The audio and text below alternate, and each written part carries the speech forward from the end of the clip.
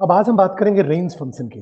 ठीक है, range function हम कैसे यूज कर सकते हैं, और इसको आप देखोगे तो हम लूप के साथ भी रेंज फंक्शन को यूज कर सकते हैं। तो देखते हैं रेंज फंक्शन होता क्या है। तो रेंज फंक्शन जो है वो आपका बिल्ट इन फंक्शन है पाइथन में। ठीक है, और ये सिंपल मैंने आपको बताया कि लूप और वाइल लूप के साथ यूज होता है। ठीक है, करता क्या है range? Range simple sequence of number जो होता है उसको रिटर्न करता है, और जिसकी वैल्यू फिक्स होती है, चेंज नहीं हो सकती है, ध्यान रखना। तो अगर अपन रेंज की बात करें तो रेंज किसके लिए यूज होता है? सीक्वेंस ऑफ नंबर को रिटर्न करने के लिए, और जिसकी वैल्यू फिक्स होती है। ठीक है, रेंज की बात करें तो रेंज जो होता है टोटल 3 आर्गुमेंट ले सकता है, मैक्सिमम टोटल 3 आर्गुमेंट ले सकता है। एक होता है स्टार्ट, एक होता है स्टॉप, और एक होता है स्टेप साइज। जैसे अभी अपन ने पीछे बात की थी, तो स्टार्ट में स्टार्टिंग वैल्यू हो गई, स्टॉप आपका जहां टर्मिनेट करना है, और स्टेप साइज मतलब कितने का इंक्रीमेंट करना है आपको। ठीक है, लेकिन इसमें से केवल एक वैल्यू आपकी कंपलसरी है, बाकी दोनों जो है वो आपके ऑप्शनल है, दे ना दे कोई फर्क नहीं पड़ता है। समझते हैं कैसे? अब अगर हम बात करें तो पाइथन 2 में रेंज यूज नहीं होता था, उसकी जगह पे था एक्स रेंज। पाइथन 2 में एक्स रेंज होता था, और हमारे पास पाइथन 3 में रेंज है। अब रेंज और एक्स रेंज में अगर आप अंदर देखना चाहते हो, अंतर डिफरेंस समझना चाहते हो, तो ये सिंपल समझो, जो एक्स रेंज था वो क्या रिटर्न करता था? ऑब्जेक्ट, और लेस मेमोरी लेता था। लेस मेमोरी इसलिए लेता था क्यों? क्योंकि ये केवल नेक्स्ट वाली वैल्यू को ही स्टोर करके रखता था, जबकि जो पाइथन 3 का रेंज है वो पूरा का पूरा लिस्ट रिटर्न करता है या सीक्वेंस ऑफ नंबर रिटर्न करता है। ठीक है, इसीलिए ये मेमोरी ज्यादा कंज्यूम करता है एक्स रेंज के कंपैरिजन में। क्यों? क्योंकि इसके बाद स्टार्ट वैल्यू, स्टॉप वैल्यू और स्टेप वैल्यूज है, और साथ में ये क्या कर रहा है? कंप्लीट सीक्वेंस को स्टोर कर रहा है। ठीक है, तो अगर अपन बात करें तो बाय डिफॉल्ट अगर मैंने आपको सिंटेक्स बताया, जैसे सिंटेक्स की अपन बात करें तो हमारे पास सिंटेक्स देखो क्या है? स्टार्ट वैल्यू, स्टॉप वैल्यू और स्टेप वैल्यू। स्टार्ट मतलब कहां से स्टार्ट करना है, स्टॉप अगर मान लो मैंने 1 दिया और 4, तो जो स्टॉप होगा 3 पे होगा, एक कम तक चलता है, मतलब स्टॉप -1 तक चलता है, ध्यान रखना। स्टॉप -1 तक चलता है। ठीक है, और स्टेप मतलब आपको कितना इंक्रीमेंट करना है, मतलब जैसे कि अगर मान लो 1 और 4 और मैंने 2 बोला, तो ये सीधी सी बात है, इसका रेंज जो है वो आपका है 1 3। ठीक है, और इंक्रीमेंट कितना होगा? +2 का इंक्रीमेंट होगा। ठीक है, स्टेपिंग कितने की होगी? +2 की होगी। तो अगर हम देखें, बात को समझें, तो हमें यह समझ में आता है कि सिंपल अगर रेंज में हमारे पास टोटल 3 आर्ग्यूमेंट्स हैं, जैसा हमने इसमें देखा, स्टार्ट, स्टॉप और एंड। इसमें से स्टार्ट और स्टेप ऑप्शनल है, और स्टॉप जो आपका है वो आपका कंपलसरी है। स्टॉपिंग कंडीशन आपको देनी पड़ेगी, और जो दिया होगा उससे एक कम तक स्टॉप होगा, ये ध्यान रखना। ठीक है, तो range function return sequence of number करता है। स्टार्टिंग अगर आपने कुछ भी नहीं दिया तो 0 बाय डिफॉल्ट होता है, और स्टेप वैल्यू बाय डिफॉल्ट 1 होती है, एक से इंक्रीमेंट होगा। ठीक है, तो बाय डिफॉल्ट स्टार्टिंग वैल्यू 0 होगी और स्टेप वैल्यू 1 होगी। ठीक है, और एंड वैल्यू तो आपको देनी ही देनी है। ठीक है, इससे आप जनरेट कर सकते हैं सीक्वेंस या लिस्ट को। ठीक है, तो अब हमको यह समझ में आ गया कि मिनिमम 1 आर्गुमेंट तो होगा ही होगा, और 1 आर्गुमेंट आपका स्टॉप कंडीशन होगा, और मैक्सिमम टोटल 3 आर्गुमेंट्स होंगे। ठीक है, तो जो सारे तीनों पैरामीटर्स हैं, ये जो तीनों पैरामीटर्स होंगे, ये ध्यान रखना, आपको इंटीजर ही देना है, डेसिमल वैल्यू नहीं दे सकते हो। ठीक है, सीक्वेंस स्टार्ट कहां से होगा? 0 बाय डिफॉल्ट, जब तक कि आप स्टार्ट वैल्यू देते नहीं हो। अगर आपने स्टार्ट कहीं से करवाना है 100 से, तो आप दे दो। ठीक है, फिर जो स्टॉप है वो आपका मैंडेटरी पैरामीटर है, बताना ही पड़ेगा कहां तक स्टॉप करना है, और उससे एक कम तक स्टॉप होगा। ठीक है, और स्टेप वैल्यू बाय डिफॉल्ट 1 का इंक्रीमेंट होगा या 1 का स्टेप होगा, अनलेस और अंटिल आप बताते नहीं हो कि मुझे 2 का इंक्रीमेंट चाहिए या 3 का इंक्रीमेंट चाहिए। ठीक है, जैसे अगर मैं बोलूं रेंज 5, तो एंड वैल्यू कितनी हो गई? 5। एंड वैल्यू है आपकी, स्टॉप वैल्यू 5 है, तो 5 -1 मतलब 4 तक चलेगा, और स्टार्ट कहां से होगा? 0 से। तो आउटपुट क्या आएगा? 0 1 2 3 4, क्योंकि मैंने आपको बताया अगर आप स्टार्ट नहीं देते हो तो 0 से स्टार्ट होगा, एंड वैल्यू तो देनी ही देनी है, स्टेप नहीं देते हो तो एक इंक्रीमेंट होगा। तो देखो 0 आया, फिर 0 + 1 1 आ गया, फिर 1 + 1 2, फिर 3, फिर 4।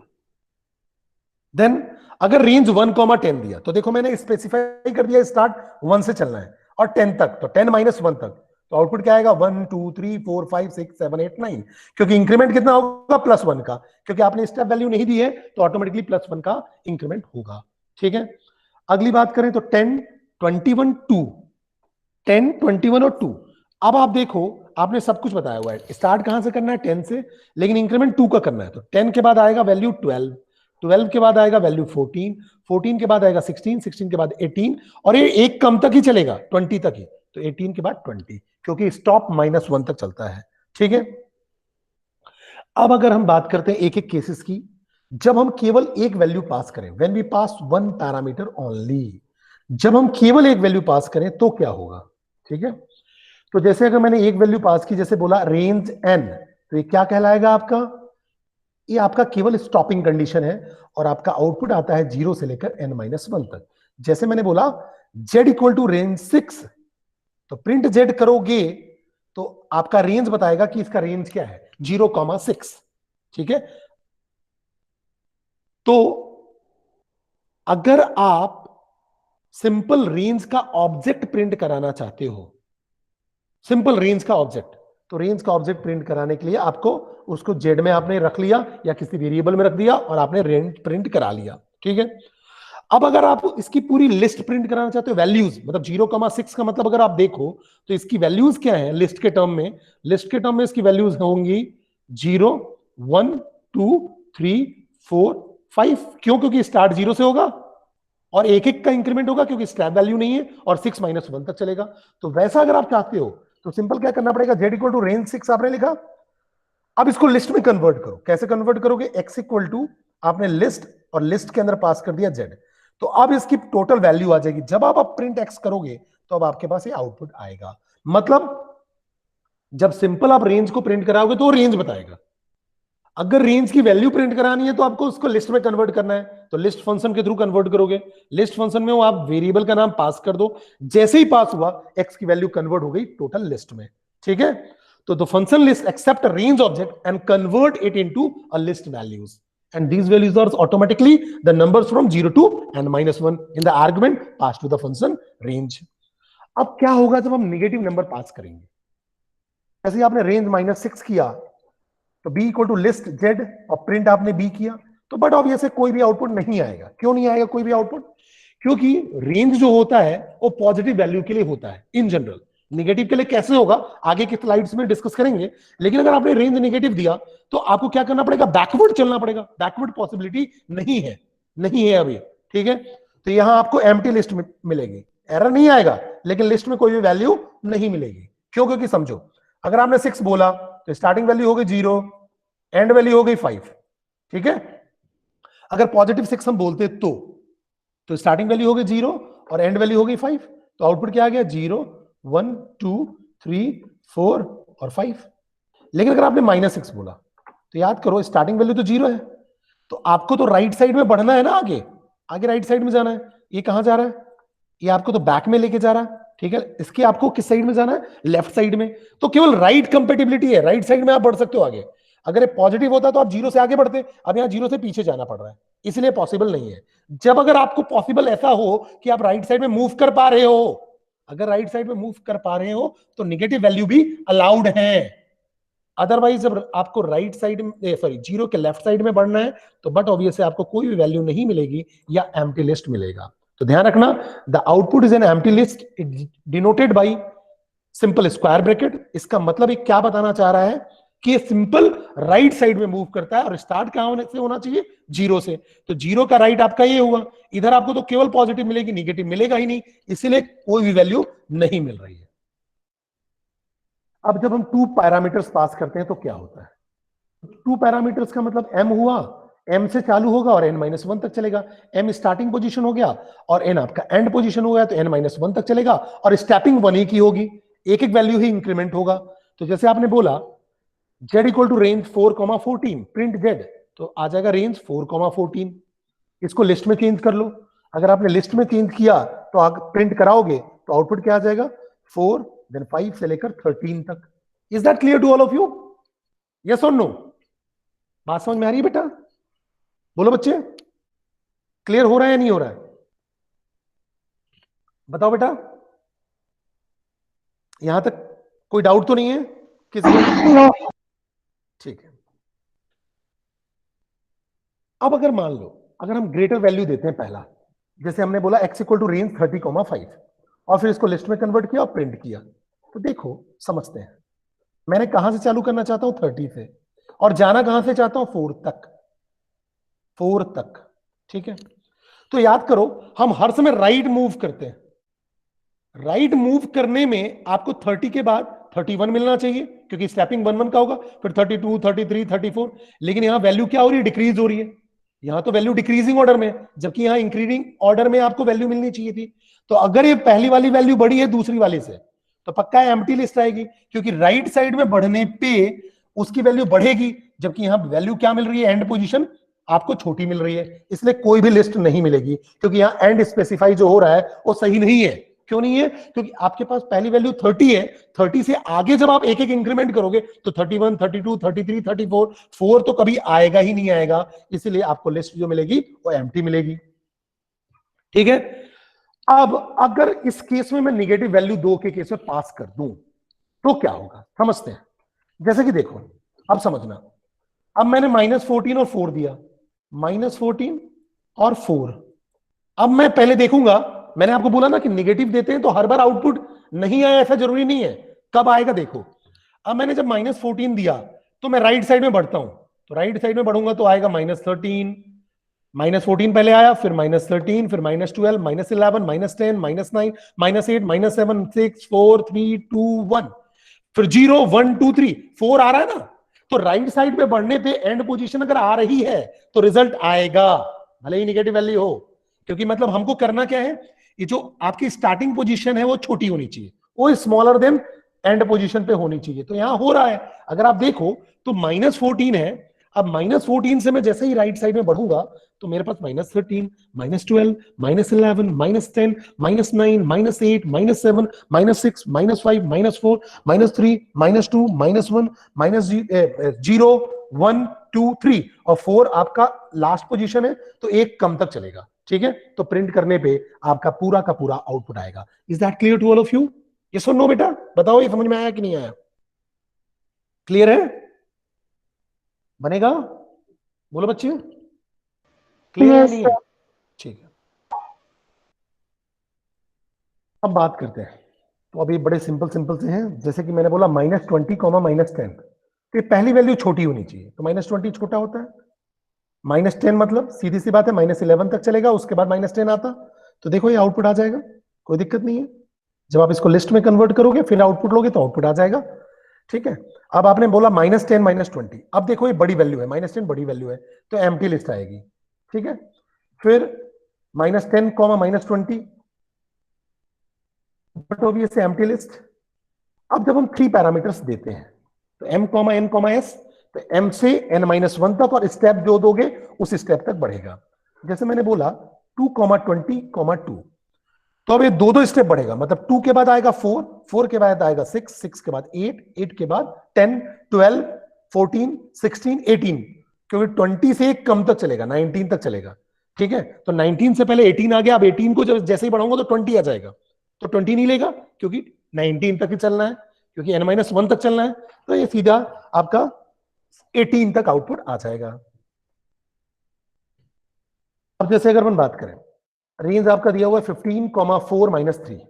अब देखो पहली वैल्यू बड़ी है लेकिन मुझे 4 तक पहुंचना है, तो अगर सिंपल 15, 4 होता और यहां पॉजिटिव में कोई वैल्यू होती तो हमको राइट में बढ़ने के बाद 4 कभी नहीं मिलता, लेकिन एक निगेटिव में वैल्यू है इसलिए चलेगा। क्यों?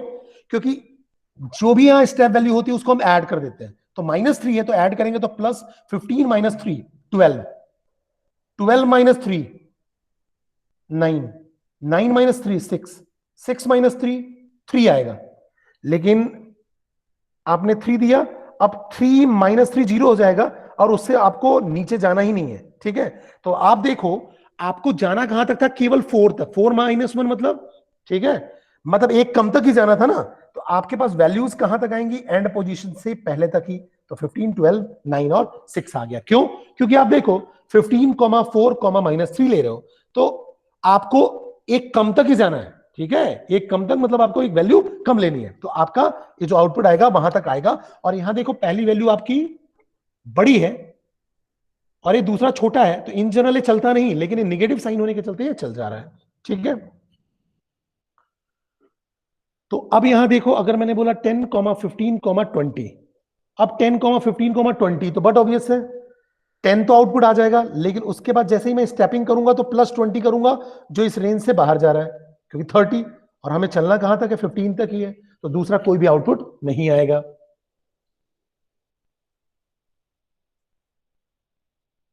अब मैंने बोला 6, 12, 1.5, तो ये डेसिमल वैल्यू है, डेसिमल वैल्यू अलाउड कैसे भी नहीं है। ठीक है, तो इसलिए एरर आएगा। उसके बाद मैंने बोला 6, 12, 0। अब बेटा देखो, अगर आप यहां पास कोई उसकी बात करते हो स्टेप वैल्यू की, तो स्टेप वैल्यू आपका कोई ना कोई वैल्यू होना चाहिए 1 या 1 से बड़ा और इंटीजर, 1 या 1 से बड़ा और इंटीजर, 0 नहीं हो सकता, क्योंकि बाय डिफॉल्ट वैल्यू 1 होती है, ध्यान रखना। इसलिए हम 0 असाइन नहीं कर सकते हैं स्टेप वैल्यू में, तो ये भी एरर आएगा। देन अगर आप आगे बात करें, मैंने बोला PQR रेंज 1, 10, तो 1, 9 तक आएगा। लिस्ट PQR प्रिंट XYZ, तो 1, 9 तक आ गया। अब मैंने बोला 10, 1, तो बट ऑब्वियस है पहली वैल्यू बड़ी है। ठीक है, राइट साइड में जाके वो 1 तक पहुंच ही नहीं पाएगा, तो एरर जनरेट होगा। सॉरी, एरर जनरेट बोल रहा हूं, मतलब लिस्ट एम्प्टी आएगा। अब हम फॉर लूप के साथ रेंज को कैसे यूज करते हैं, या वाइल लूप के साथ कैसे यूज करेंगे। ठीक है, तो देखो इसका सिंटेक्स ये होता है, फॉर वेरिएबल का नाम, और आप लिखते थे ना इन, और आप सिंपल स्पेसिफाई करते थे कौन सी कहना चाहिए कलेक्शन में, यहां आप इन रेंज और एंड वैल्यू दे दो। तो एंड कब करेगा, जब तक आपका रेंज कंप्लीट हो जाएगा। मतलब अब फॉर लूप को आप रेस्ट्रिक्ट करके प्रिंट करा सकते हो। जैसे अभी तक आपने देखा कि जो फॉर लूप आपने पढ़ा उसमें इटरेशन पूरा का पूरा होता था, पूरा का पूरा मतलब कंप्लीट कलेक्शन तक। लेकिन अगर आप कंडीशन देके रेंज लगा दोगे तो केवल वहीं तक होगा जहां तक आपकी रेंज स्पेसिफाइड है, या जो एंड पोजीशन है, उतने ही इंडेंटेड वैल्यू आपके प्रिंट होंगे। तो देखते हैं कैसे। जैसे मैंने बोला for a in range 5, range 5 मतलब ए, अब रेंज 5 का मतलब 0 से स्टार्ट होगा 4 तक, 5 तो चलेगा ही नहीं, तो बट ऑब्वियस है 0 प्रिंट पहली बार आएगा तो 0 आएगा, दूसरी बार आएगा 1 आएगा, तीसरी बार 2, फिर चौथी बार 3 और पांचवी बार 4, और उसके बाद इसके बाद कोई वैल्यू बचेगी ही नहीं कि रेंज आपका कंप्लीट हो गया, तो ये लूप आपका टर्मिनेट हो जाएगा। आगे बात करते हैं, दो पैरामीटर रेंज के साथ अगर हम फॉर लूप में यूज करें तो कैसे। ठीक है, तो उसके लिए simple, for variable name in range और स्टार्ट और एंड पोजीशन। अब आपने स्टार्ट स्पेसिफाई कर दोगे तो वहां से स्टार्ट होगा और एंड -1 तक चलेगा। तो देखते हैं, मैंने लिखा फॉर ए इन रेंज 5, 17, तो स्टैपिंग कितने की होगी, 1, 1 की स्टैपिंग होगी, तो 5 देन 6 फिर 7, 8, 16 तक। तो देखो ये ऐसा ऊपर आ जाएगा, बड़ा ही सिंपल है। ठीक है, अब अगर बोला जाए राइट अ प्रोग्राम,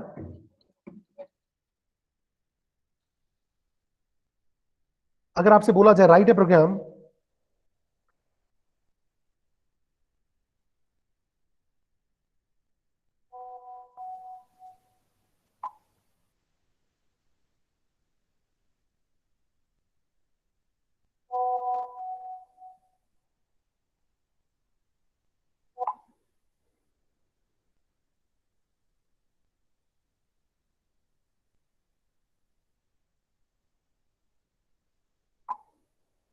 अब अगर मैंने बोला write a program to accept an integer from the user and display the sum of all the numbers from 1 to that number, मतलब मुझे ऐसा प्रोग्राम बनाना है जिसमें मैं एक इंटीजर वैल्यू इनपुट करूं और उस वैल्यू को, जो मैंने मान लो 10 दिया, तो 1 से लेकर उस वैल्यू तक सम हो जाना चाहिए, मतलब नेचुरल नंबर का सम, जो मैंने वाइल लूप में आपको बताया था, 1 + 2 + 3 + 4 + 5 6 7 8 9 10 तक।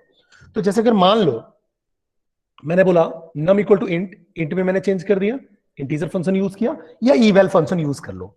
अब बेटा मैंने बोला इनपुट, और इनपुट किया एंटर अ नंबर, तो लिखा हुआ है क्या आएगा, एंटर अ नंबर। ठीक है, ए इनपुट फंक्शन के थ्रू आप जो वैल्यू दोगे तो आपका इनपुट फंक्शन वेट करेगा, कब तक वेट करेगा, जब तक कि आप वैल्यू स्पेसिफाई ना करें। अब जैसे ही आप वैल्यू दोगे उसको इंटीजर में कन्वर्ट कर देगा, इंटीजर में कन्वर्ट हुआ तो नंबर में मान लो मैंने दिया 10, तो ये 10 वैल्यू दे दिया, टोटल इक्वल टू 0 कर दिया। अब देखो कैसे लगाया मैंने, फॉर i इन रेंज 1, तो स्टार्ट कहां से करना है, 1 से, और num+1, num+1 मतलब नम तक चलेगा, मतलब केवल 10 तक चलेगा, क्योंकि मुझे पता है एंड पोजीशन से एक पहले तक चलता है। तो जब तक चलेगा तो क्या होगा, टोटल में 0+1, फिर 1+1, फिर ऐसे हर वैल्यू को ऐड करता जाएगा, और जब लूप टर्मिनेट होगा तो 10 तक ऐड कर लेगा, मतलब 1+2+3 ऐसा करते करते plus dot dot dot dot plus 10 तक। ठीक है, तो सम ऑफ नंबर फ्रॉम 1 टू, यहां आएगा पहला वाला वैल्यू नम मतलब 10 इज, और ये टोटल में टोटल सम आ जाएगा 55। अब using 3 parameter with for loop, तो कुछ भी नहीं है, बस आपको रेंज में क्या देना है, start position, and position and step position. ठीक है, 40 इन रेंज 6,19,3, 6,19,3, अब आपको प्रिंट टी करना है, तो बट ऑब्वियस से क्या आएगा बताओ, पहले आएगा 6 + 3 9, 9 + 3 12, 12 + 3 15, 15 + 3 18। ठीक है, अब लेकिन 19 था तो बट ऑब्वियस है एक कम तक आएगा, तो 18 तक आपका आएगा, उसके ऊपर वैल्यू नहीं प्रिंट होगी। देन बात करते हैं 14 रेंज लिया 19 10 -5। अभी देखो ये बड़ी वैल्यू है और ये छोटी वैल्यू है, ऐसे नॉर्मली नहीं पहुंच पाता, लेकिन ये -5 है तो पहुंच जाएगा, क्योंकि पहला 90 आ जाएगा, फिर 90 - 5 85, फिर ऐसा घटते घटते 10 तक आ जाएगा, तो डिक्रीज हो रहा है, तो कोई दिक्कत नहीं है। अब ये 10 से देखो, जब हम 15 - 5 करेंगे तो 10 ही आएगा, लेकिन चलना कितने तक है, एक कम तक ही चलना है आपका। ठीक है, एक कम मतलब आपका यहां वैल्यू एक कम का कहने का मतलब 11 तक, क्यों, क्योंकि 11 होगा तभी तो नेगेटिव में जाके वहां तक वैल्यू आएगा, तो 15 के बाद आपकी वैल्यू सब्ट्रैक्ट होने पे उसके रेंज के बियॉन्ड हो जाएगी। अब जैसे व्हाइल के साथ हम एल्स लगाते थे, फॉर के साथ भी एल्स होता है, जो सिंपल वैसा ही चलता है जैसा व्हाइल के साथ होता था। मतलब फॉर लूप जब आपका टर्मिनेट होगा तो एल्स एग्जीक्यूट होगा। ठीक है, और अगर फॉर के लूप में ब्रेक लगा हुआ है तो फॉर और एल्स दोनों ही टर्मिनेट हो जाएंगे, जैसे व्हाइल में होते थे। So, just like while, the for loop can also have an else part which executes if no break statement executes in the for loop. और जैसे ही ब्रेक आपने लगाया, जैसे ही आपने ब्रेक इफ के साथ लगा दिया, तो for और else दोनों ही टर्मिनेट हो जाएंगे। तो आपने बोला for variable name in some sequences, जो आपका बाय डिफॉल्ट फॉर लूप का सिंटेक्स था, इंडेंटेड स्टेटमेंट दिया, इफ लगाया, ब्रेक लगा दोगे तो ब्रेक के पूरे लूप से बाहर कर देगा, मतलब एल्स से भी बाहर कर देगा। अब फॉर के बाद अगर आपने एल्स लगाया है और ब्रेक नहीं है, तो बट ऑब्वियस फॉर लूप चलेगा, और फॉर लूप जब फिनिश हो जाएगा, जब टर्मिनेट होगा, तो एल्स का स्टेटमेंट एग्जीक्यूट हो जाएगा। जैसे कि देखो मैंने लिखा फॉर p इन रेंज 5, मैंने बोला फॉर p इन रेंज 5। ठीक है, और मैं प्रिंट कर रहा हूं 5 को, p को, मतलब तो ये रेंज कहां से चालू होगा, 0 से, एक एक का इंक्रीमेंट होगा, 4 तक चलेगा, आ गया। जैसे ये लूप आपका टर्मिनेट हुआ, एल्स पार्ट में लिखा है फिनिशिंग पॉइंट, लिखा हुआ आ गया फिनिशिंग पॉइंट। ठीक है, मैंने ब्रेक लगाया, देखो तो ये लूप कहां से चलेगा, 2,20, तो 2 आ गया, 2% 5 इक्वल टू 0 नहीं होता है। ठीक है, तो 2 आ गया, 3 आ गया, 4 आ गया, 5 आया, 5 को 5 से डिवाइड करेंगे तो 0 आ जाएगा, रिमाइंडर, तो ब्रेक हुआ, जैसे ही ब्रेक हुआ तो एल्स को भी ब्रेक कर देगा, बाहर चला जाएगा। ठीक है, हम नेस्टेड लूप की बात करते हैं, तो जैसे अगर हम डिसीजन कंट्रोल को नेस्टेड करते थे, वैसे लूप को भी नेस्टेड कर सकते हैं। मतलब सिंपल, फॉर के अंदर आप फिर से फॉर लगा दो और इंडेंटेड स्टेटमेंट दे दो, जितने भी इंडेंटेड स्टेटमेंट देना चाहते हो। जैसे ही इंडेंटेड स्टेटमेंट आपका, ये देखो ये फॉर लूप है, इसका ए ब्लॉक है, इस फॉर लूप का ए वाला ब्लॉक है, क्योंकि देखो इसका इंडेंटेड स्टेटमेंट यहां से है, इसका एक टैब पे है, इस एक टैब के बराबर आपका फॉर के है, तो ए वाला इंडेंटेड स्टेटमेंट आउटर का है, और ये दोनों इनर वाले का है, इनर वाले फॉर लूप का है, और ये बाहर वाले दोनों अनइंटेंडेड स्टेटमेंट इस फॉर लूप के बराबर पे हैं, इसलिए बाहर के प्रोग्राम के हैं, मतलब सिंपल पूरे प्रोग्राम का पार्ट है वो। जैसे समझने की कोशिश करते हैं हम, मैंने बोला कैरेक्टर्स एक्स वाई जेड, मैंने बोला वैल्यूज 1 2 3, मैंने बोला for n in values, for n in values. अब देखो मैंने यहां प्रिंट एन कर दिया, फिर एक फॉर लूप लगाया इस फॉर के अंदर और बोला फॉर ch इन कैरेक्टर्स, और इसका देखो प्रिंट ch। यहां देखो दो टैब है, यहां एक एक टैब है। तो जब मैं फॉर एन इन वैल्यूज बोला तो प्रिंट एन यहां आएगा, 1 प्रिंट करेगा। फिर इनर वाले फॉर लूप में जाएगा, बोलेगा फॉर ch इन कैरेक्टर्स। अब जब इनर वाले फॉर लूप में वो एंटर हो गया तो ये तब तक चलेगा जब तक ये इनर वाला फॉर लूप फॉल्स ना हो जाए। जब ये इनर फॉर लूप फॉल्स होगा तो बाहर वाले में जाता है। ठीक है, तो इनर वाला फॉर लूप कब फॉल्स होगा? जब x भी आ जाए, y भी आ जाए और z भी आ जाए, तब ये फॉल्स हो गया। अब आउटर वाले में जाएगा, क्योंकि अब आउटर वाला अभी फॉल्स नहीं हुआ है। आउटर वाले में बोलेगा फॉर एन इन वैल्यूज, तो अभी 2 मिलेगा, 2 मिल गया, प्रिंट हुआ। फिर से देखो इनर वाले में चला गया। इनर वाला जब तक टर्मिनेट नहीं होगा तब तक ये चलता रहेगा, मतलब x y z टोटल आएंगे। फिर आउटर में गया, फिर आउटर में गया तो 3 मिला, 3 आ गया। फिर इनर में गया, ये पूरा चलेगा x y z। फिर आउटर में जाएगा तो आउटर फेल हो गया, क्योंकि 3 के बाद कोई भी वैल्यू नहीं है। तो इसलिए अब आउटर लूप ही फेल हो गया तो इनर ऑटोमेटिकली फेल हो जाएगा। ये सिंपल आपका लॉजिक अगर देखा जाए तो C++ और जावा जैसा ही है।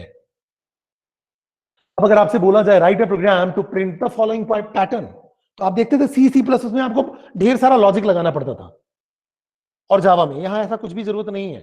आपने क्या बोला, देखो आपको 2 लूप चलाना पड़ेगा, एक बट ऑब्वियस है आपका रो के लिए चलेगा और दूसरा कॉलम के लिए चलेगा। एक रो के लिए और दूसरा कॉलम के लिए। तो देखो अगर आप रो देखो तो 1 2 3 4, तो पहला लूप चलाया मैंने फॉर आई इन रेंज 1,5, क्योंकि ये 4 तक ही चलेगा। तो पहला रो वाइज चलेगा, तो मैंने रो के लिए चलाया, तो टोटल 4 तक चलना था इसलिए 5 लिया। कॉलम में देखो 3 तक चलना है, 1 2 3, तो 4 तक लेंगे। अब देखो इसके अंदर मैंने नेस्टिंग की फॉर जे इन रेंज 1,4, तो पहले ये वाला कंडीशन सेटिस्फाई हुआ 1,5, कंडीशन ट्रू, अभी रेंज में है। फिर अंदर आया तो इनर लूप में गया, जे इन रेंज 1,4। अब इनर लूप जब तक फेल नहीं होता है तब तक चलता रहेगा। तो कितनी बार चलेगा? 1,4, मतलब 1 2 3, 3 बार चलेगा। तीनों बार क्या प्रिंट करेगा? एंड इक्वल टू मैंने यहां दे दिया है, कुछ भी नहीं, मतलब लाइन चेंज नहीं होगा। तो प्रिंट क्या करेगा? एम्परसेंड, देन एम्परसेंड और एम्परसेंड। जैसे ये फेल होगा तो ये आपका इनर लूप था, आउटर लूप का पार्ट ये वाला है, प्रिंट आउटर लूप में है, तो प्रिंट से लाइन चेंज हो जाएगा। तो नेक्स्ट लाइन पे पहुंच गया, देखो लाइन चेंज हो गया। अब आपका ये फिर से अभी देखेगा 1,5, तो ये अब आपके सेकेंड रो पे आ जाएगा, कंडीशन ट्रू। फिर इसमें चला जाएगा इनर लूप में, ये आपका क्या करेगा? एंड एंड एंड प्रिंट करेगा और फेल होगा। फिर बाहर वाला लूप प्रिंट प्रिंट करेगा, तो अगली लाइन चेंज हुई। फिर ऊपर वाले पे जाएगा, कंडीशन ट्रू, आउटर वाला ट्रू, तो फिर इनर में गया और एंड एंड एंड प्रिंट करेगा, फिर लाइन चेंज हो जाएगी। फिर आउटर कंडीशन में जाएगा और फिर इनर कंडीशन में एंड एंड एंड प्रिंट करेगा, और एंड एंड एंड प्रिंट करने के बाद होगा क्या बेटा? फिर से आउटर लूप में जाएगा और आउटर लूप यहां 4 के बाद फेल हो जाएगा। फेल होने के बाद ये आपको प्रिंट होके कंप्लीट प्रिंट होके दिख जाएगा। Is that clear to all of you? Yes और नो? क्लियर और नॉट? बोलो बच्चे, यहां तक बात समझ में आ रही है? कोई डाउट तो नहीं है? Yes sir. बड़ा ही सिंपल तरीका है, पाइथन में आप देखो बड़े ही सिंपल तरीके से आप कर लेते हो।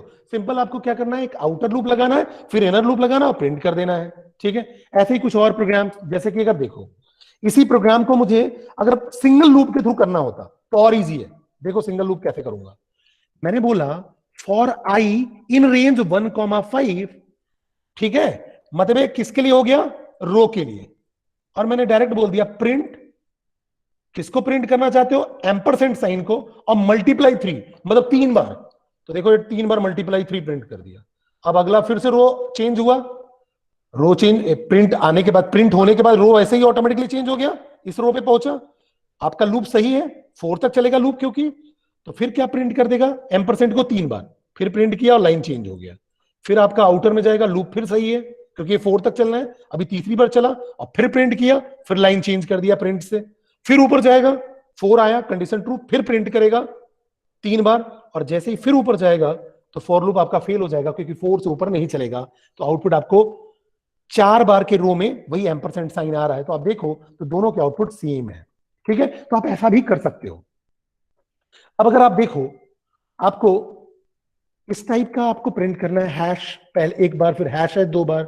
अब मैं एक आपको ये पैटर्न बता दे रहा हूं, इससे आपका 1 1 2 1 2 3 ऐसे सारे पैटर्न बन जाएंगे, स्टार स्टार स्टार सारे पैटर्न बन जाएंगे।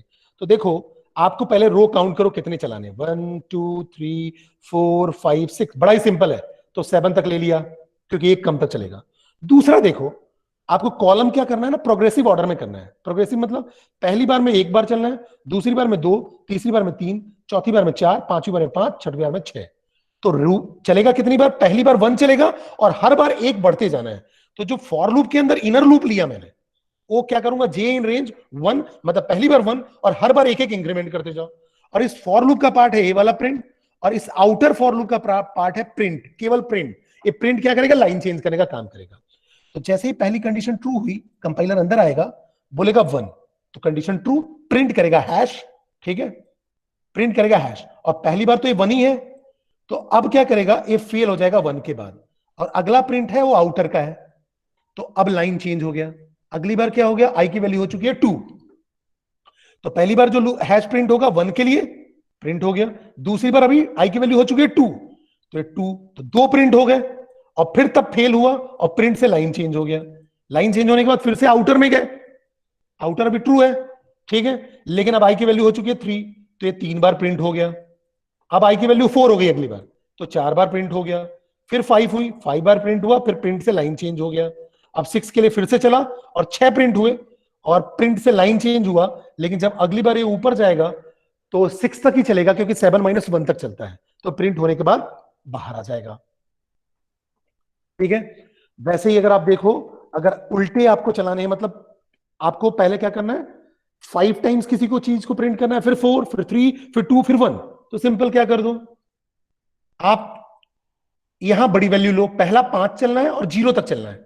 0 चलोगे मतलब एक कम तक, मतलब 1 तक चलेगा, वो अपोजिट में 1 तक ही चलेगा ना। 1 के बाद एक सब्ट्रैक्ट करोगे तो 0 आता है। जैसे कि देखो, ए एंड वैल्यू अगर 0 है तो 1 - 1 0 होगा ना, तो केवल 1 तक आएगा और फिर ये फेल हो जाएगा। दूसरा रेंज क्या ले लो, 1, i+1, ठीक है। तो देखो, अब आपने बोला 5, ठीक है, तो आउटर लूप आपका 5 है। अब आपने बोला जे इन रेंज 1, i+1, तो जब जे की वैल्यू अगर इन रेंज 1 है तो कंडीशन क्या हुआ, एट द रेट प्रिंट हुआ, ठीक है। अब जब एट द रेट प्रिंट हुआ तो एट द रेट कितनी बार प्रिंट होगा, ये आपके 5 टाइम्स प्रिंट होंगे। क्यों 5 टाइम्स प्रिंट होंगे, क्योंकि यहां जो आई की वैल्यू है वो 5+1 है। समझो मेरी बात, ठीक है। जैसे पुराने वाले में समझो, पुराने वाले में क्या हो रहा था कि अगर आई की बात करें तो यहां 1 था, और यहां i+1 मतलब 1+1 था, तो ये चलना कितना था, 1, 2 तक, मतलब एक बार ही चलना था। 2 मतलब -1, तो केवल एक बार चलना था। अगली बार जब आई की वैल्यू 2 हो गई तो ये 2 आया, तो ये आपका जो अगला स्पेसिफाई होगा 2+1 मतलब 1, 3 तक। तो ये देखो 1, 2 मतलब 2 बार चलेगा। अगली बार ये 1, 4 हो जाता, फिर 1, 5 हुआ था, फिर 1, 6 हुआ था, ठीक है। तो ऐसे ही अगर यहां देखें तो पहली बार क्या है 1 और i+1 मतलब 5+1 6, तो 6 मतलब 1 से 5, तो टोटल कितनी बार चलेगा, 5 बार चलेगा। तो एट द रेट, फिर एट द रेट, फिर एट द रेट, फिर at the rate, at the rate, तब जाके फेल हुआ तो प्रिंट मिला, तो लाइन चेंज हुआ। अब क्या हुआ, -1 हो गया, ये स्टेपिंग हो गई, तो अब ये कितना हो जाएगा 1, 4, स्टेपिंग क्या हुई माइनस में, यहां स्टेपिंग पिछले वाले में पॉजिटिव हो रही थी, तो अब 4, तो केवल 4 प्रिंट हुआ। अब फिर स्टेपिंग 3 तो 1, 3 तक, फिर स्टेपिंग 2 तो 2 तक, फिर 1, 1 तो 1, 2 मतलब एक बार, और अगली बार आपका आउटर लूप फेल हो जाएगा, ठीक है।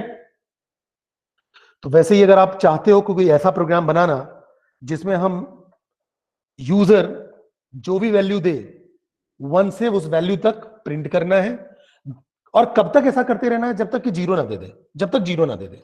तो जैसे कि देखो, मैंने बोला एंटर ए नंबर, और मैंने नंबर दिया 4, मैंने लूप लगाया while x not equal to 0, 0 नहीं होना चाहिए, तो क्या हो, for y in range x+1, for y in range x+1, तो देखो x+1 मतलब 5, 4 दिया तो 5 हो गया, मतलब ऑटोमेटिकली प्रिंट y करेंगे तो पहली बार 1 आएगा, फिर y इक्वल टू y+1, तो 2 हो जाएगा, फिर 3 हो जाएगा, 4, ये पूरा का पूरा आपका ऑटोमेटिकली इंक्रीमेंट होता जाएगा और प्रिंट होता जाएगा, ठीक है। फिर मैंने बोल दिया x equal to int input enter a number, फिर से नंबर पूछेगा 5 दिया, तो ये सीधी सी बात है 6 मतलब 5 तक चलेगा। जैसे ही 0 दूंगा तो वाइल लूप फेल हो जाएगा। देखो ये वाइल लूप का पार्ट है ये वाला, और ये फॉर लूप का ए वाले ब्लॉक है, और आउटर वाले का ये वाला ब्लॉक है। जैसे ही 0 दूंगा तो 0 नॉट इक्वल टू 0, ये पूरा का पूरा लूप टर्मिनेट हो जाएगा। तो 0 देने से तक तब तक आपका पूरा का पूरा प्रोग्राम चलता रहेगा।